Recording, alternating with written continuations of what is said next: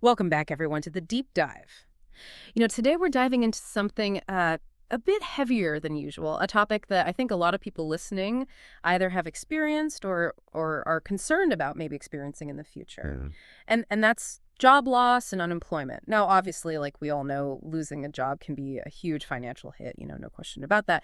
But what we want to really explore in this deep dive is like all those other effects, right? The kind of less visible consequences on your mood, your relationships, even your like overall mental and emotional well-being, that whole picture. Yeah. And that's a really good place to start. Hmm. Yeah, because so much of how we see ourselves, how we define ourselves is tied to what we do, Yeah. our jobs. And they give us this framework, right? A sense of Eh. identity and a network of connections. But when that's suddenly gone, it can be seriously disorienting. Hmm. It's like you're left grappling with not just the financial piece, but also this real questioning of like who you are without that job title. Yeah, like it's almost like that job title becomes part of your identity, right? Like it's woven into who you are. Absolutely. And then suddenly it's gone. And then you're faced with all these intense emotions, right? Like there's the hurt, there's the anger, there's the anxiety about the future. There's like all these Right. things hitting you at once. It's a lot to process. It is. And it's important to remember that, unemployment it can happen for so many reasons, right? Sometimes it's things outside of your control, like economic downturns. Sometimes it's company mergers or just a shift in the industry, and it's something that a lot of people go through at some point in their lives, even if it feels very isolating when it's happening to you. Exactly. And I think that's precisely why we felt it was so important to Hmm. take a deep dive on this topic. Because hopefully we can offer some practical strategies, some insights from the research that we've done. Right. That could be a real lifeline for people who are navigating this really tough terrain. So we're going to talk about how to protect your well-being and hopefully come out of this transition feeling stronger and with a renewed sense of purpose. Okay. So let's jump into it. The first thing that really stood out to me in all of the stuff that we read is this concept of allowing yourself to grieve. And I think that's powerful because, it's not just like missing a paycheck. It's so much deeper than that. Yeah, it's a real loss. It is a real loss. Yeah, and all the material that we've been looking at, it emphasizes that job loss, it actually triggers a grief response. Yeah. It's like losing a loved one in a way. Wow. And it makes sense if you think about it, because it's not just that income stream, Hmm. right? You're losing, your routine, your sense of purpose, even that daily social interaction that you had with colleagues, all of that is gone. Yeah. And it can be really destabilizing. It's like your whole structure's been shaken. Right. And then on top of that, there's often this fear, right? This fear about the future, about security for yourself and your family. Absolutely. That's a huge part of it. Yeah. And the research, it kind of cautions against trying to just numb those feelings, right? Yeah. Like using quick fixes. Because Yeah. it's so tempting to want to just like not feel anything when you're going through something so difficult. Right. It's tempting to just reach for that glass of wine or that comfort food or whatever it is, right? Yeah. But those things, they only provide this very temporary relief. Yeah. And in the long run, they can actually make things worse. Right, right. Because then you're kind of compounding the problem. Exactly. So the key is to actually acknowledge those feelings, Sure. right? Yeah. And to process them directly. That's the real foundation for moving forward in a healthy way. Okay, so how do you do that? Like what are some concrete ways to process these emotions? Because I know like that can feel really abstract, right? Like how do you actually grieve the loss of a job? Well, I think one of the most important things is to give yourself time to Hmm. adjust. Don't feel like you have to bounce back immediately or put on this brave face for everyone. It's okay to be sad. It's okay to be angry. Let yourself feel those emotions, because that's part of the healing process. Yeah. And the material also suggests, actually writing about your feelings. Yes, that's a really powerful tool. Like even those negative thoughts and feelings that you're having, Right. just getting them out of your head and onto paper, it's almost like you're externalizing them. And it can be really helpful. It can be incredibly cathartic. Yeah. And another thing that can be really helpful is to, try to accept the reality of the situation. Mm. And that's not to say that you have to like it or pretend that it's not difficult, but Dwelling on the past, on the what ifs and the should haves, that's just going to keep you stuck. Yeah. The sooner you can accept what's happened, the sooner you can start to focus on what you can control, Mm-hmm. which is the future. Right, right. And it's also about not blaming yourself. Oh, that's so important. Yeah, because it's so easy to fall into that trap, right? It is. Of like, oh, this is my fault. Right. If only I had done this differently. Exactly. But the reality is, a lot of times these things are outside of our control. Yeah. So it's important to be kind to yourself, and to challenge those negative self-talk patterns. If you find yourself thinking, I'm a failure, Right. remind yourself of the actual circumstances. Mm. Right? Maybe the company was downsizing, or maybe, there were just factors that you couldn't have anticipated. Yeah. And it's helpful to remember that this is a temporary setback. Mm-hmm. Like career paths, they don't always go in a straight line. They don't. And there's so many examples of people who have faced, periods of unemployment or major career changes, and they've gone on to do incredible things. Right. So it's about viewing this as a potential pivot point, rather than an end. And one thing that I found really helpful is to actually look for the silver linings. Mm. Even if they're small, like maybe this gives you an opportunity to explore a different field, or to spend more time with family, or pursue a hobby. There might be some unexpected benefits that come out of this. Okay, so we've talked about allowing yourself to grieve, Yeah. accepting the situation. Now let's talk about reaching out for support, which, can be really hard, especially when you're feeling vulnerable. It can feel like the last thing you want to do, Mm. when you're feeling down. You just want to kind of withdraw and isolate yourself. Right, right. But actually the opposite is what's recommended. Mm. And the research shows that social connection, it's a really powerful buffer against stress. So, even just having those face-to-face conversations with people who are good listeners, people who can offer empathy, that can make a huge difference. And it doesn't even necessarily have to be people who have the answers, right? No, not at all. It's more about just feeling heard and understood. Exactly. Okay. And often just having that space to talk about what you're going through, Yeah. Without judgment, that in itself can be incredibly healing. Yeah, yeah. And beyond the emotional support, sometimes reaching out can lead to practical help as well, right? It can. Yeah. You never know who in your network might be aware of a job opening, or have a connection that could be helpful. So it's really worth putting yourself out there, even if it feels uncomfortable. Mm-hmm. Mm-hmm. Yeah. And most people genuinely want to help. They do. And that act of reaching out, it can actually strengthen those relationships. Yeah, yeah. And it's not just about relying on your existing network either, right? It's also about building new connections. Yes, absolutely. Yeah. Especially since you might have lost some of those work-related social ties. So, taking a class, joining a club, volunteering, those are all great ways to meet new people who might be able to offer support and maybe even open up some new opportunities. Yeah, and the material specifically talks about the value of joining a job club. Yes, those can be incredibly helpful. Because you're surrounded by people who are going through the same thing, right? Exactly. Yeah. So, there's that sense of camaraderie, that shared understanding, Mm-hmm. and often people are sharing tips and leads and, just encouraging each other. Yeah, yeah. That can be so valuable. And then there's the big N word, networking. Yeah. And I know that word can make people cringe, It can feel really intimidating, especially if you're not naturally outgoing. But it's really important because the research shows that, a significant percentage of job openings are never actually advertised publicly. Wow. They're filled through personal connections. Mhm. So networking doesn't have to be these big formal events. It can be as simple as just letting people in your network know that you're looking for a job, and being open to having conversations about their work and what they do. Mm-hmm. Mm-hmm. Yeah. And even just getting involved in your community, going to events, volunteering, that can be a form of networking too. Yeah, yeah. So there's a lot of different ways to get support and to build your network.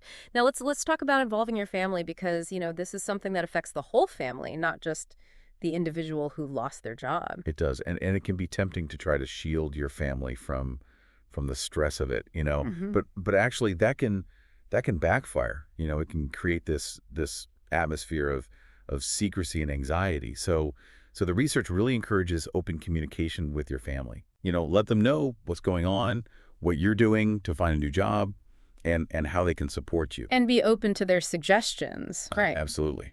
Because they might have insights that you haven't thought of, or they might just need to vent their own feelings about the situation. Yeah, yeah. And amidst all the stress, it's important to still make time for family fun. Yes, that's so important. Doing things together that bring you joy and help you reconnect. Yeah. And if you have kids, the material has some really good advice on how to help them cope with a parent's job loss. Because kids, they can pick up on stress and anxiety. They can. And they might imagine things that are even worse than the reality. So it's important to reassure them that this isn't their fault, and that you're doing everything you can to find a new job. Mm-hmm. And you can even involve them in age-appropriate ways. Like maybe they can help with some extra chores around the house, or understand that there might be some temporary changes to the family budget. Yeah. Just so that they feel like they're part of the solution. Right. That makes sense. Okay, so we've talked about grieving, we've talked about support, we've talked about family. Another big thing that comes up with job loss is this impact on your identity and your self-worth. Yeah, that's a huge one. Because, for a lot of people, their job is so intertwined with who they are, how they see themselves. Right. So when you lose that job, it can feel like you've lost a part of yourself. Right. And like you were saying earlier, it's often one of the first things that we ask people when we meet them. Right? Like it is. What do you do? And so it becomes this defining characteristic, and then suddenly it's gone. Right. And it can be really disorienting. It can, but the research is really clear that being unemployed doesn't diminish your worth as a person. Right. Your value comes from so much more than just your job. Yeah. So it's about finding ways to reconnect with those other parts of yourself, the things that bring you joy and purpose outside of work. Okay, but how do you do that? Like, what are some practical ways to redefine yourself when that traditional definition through work is gone? Well, I think one of the best things you can do is to pursue activities that you enjoy, that make you feel fulfilled. Mm-hmm. Maybe it's a hobby that you've always wanted to try, or something that you used to do and haven't had time for lately. It could be anything from taking a class to joining a sports league to volunteering. Yeah, yeah. And the material also talks about the power of creative expression. Yes. Yeah. Things like writing, painting, music, photography, all of those things can be incredibly therapeutic. Mm-hmm. And they can help you connect with your inner self in a really deep way. Right. And even just spending time in nature can be restorative. Absolutely. Even Yeah. just a short walk in the park can make a difference. And volunteering is a great way to give back to your community and to also meet new people and gain new skills. Yeah. So there's a lot of different ways to kind of actively redefine yourself during this time.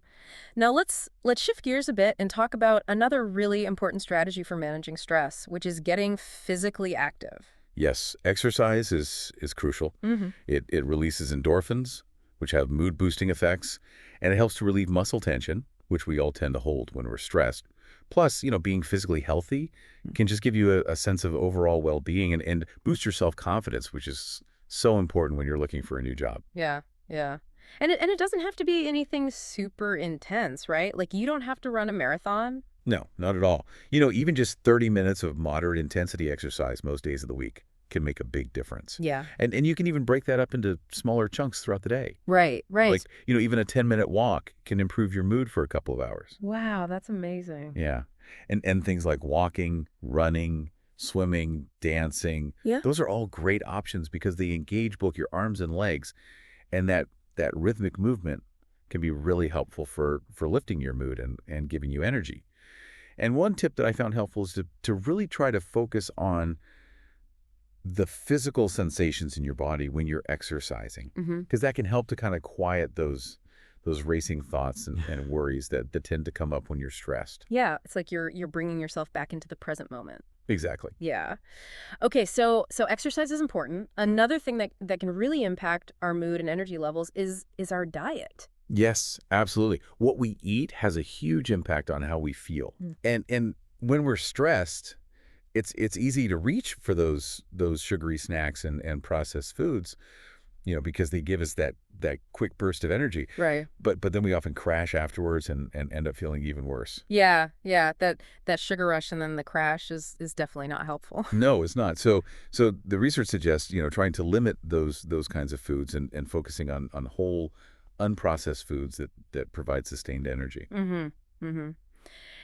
And are there specific things that we should be eating more of during this time? Well, the research suggests increasing your intake of omega-3 fatty acids, which are found in things like fatty fish, flax seeds, walnuts. Those have been shown to have mood-boosting effects. Interesting. Yeah. And it's also important to be mindful of substances that can actually increase stress and anxiety. So things like nicotine, even though some people feel like it relaxes them, it actually does the opposite. It does. Yeah. And alcohol, while it might provide temporary relief, it can actually lead to increased anxiety and disrupted sleep in the long run. Okay, so really being mindful of what we're putting into our bodies is just as important as exercise, right? Yes, it's all part of self-care, and self-care is crucial during this time because the stress of job loss, it can weaken your immune system, it can make Yeah. you more susceptible to illness. Yeah.